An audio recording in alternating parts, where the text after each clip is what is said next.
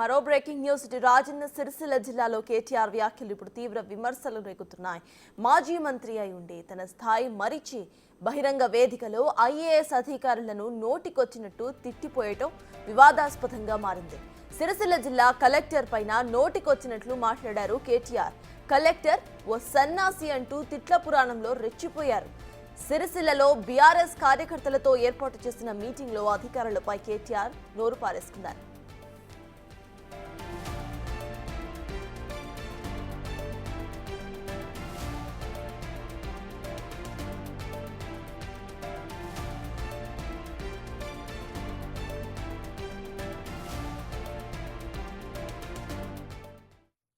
ఢిల్లీకి పోయిండు 28 సార్లు ఎక్కే విమానం దిగే విమానం.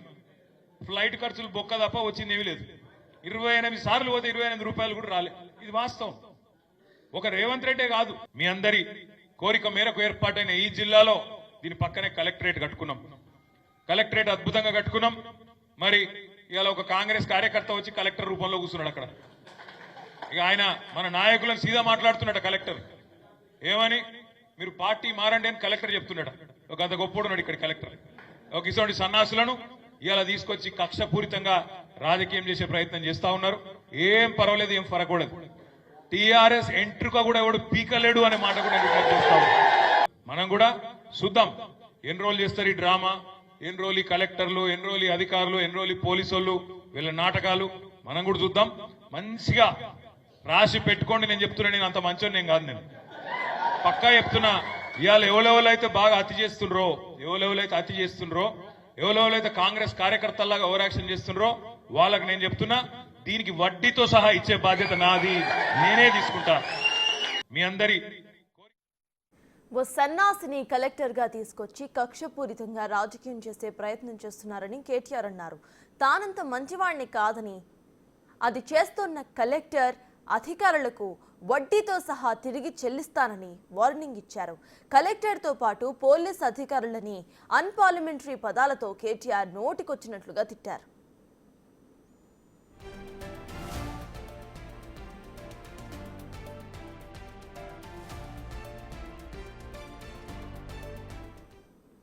అధికార పార్టీ నేతల భాష బాగోలేదని నిత్యం విమర్శించే కేటీఆర్ ఇప్పుడు తాను మాట్లాడిన మాటలను ఎలా సమర్థించుకుంటారని ప్రశ్నిస్తున్నారు.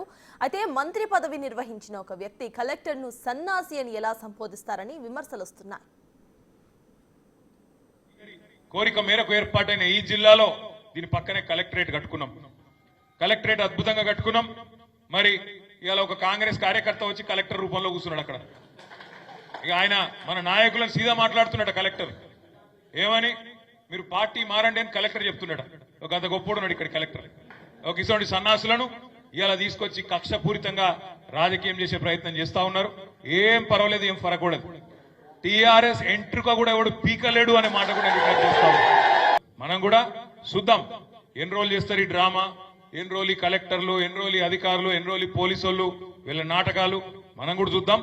మంచిగా రాసి పెట్టుకోండి. నేను చెప్తున్నా, నేను అంత మంచోని నేను కాదు. నేను పక్కా చెప్తున్నా, ఇవాళ ఎవరెవరైతే బాగా అతి చేస్తుండ్రో,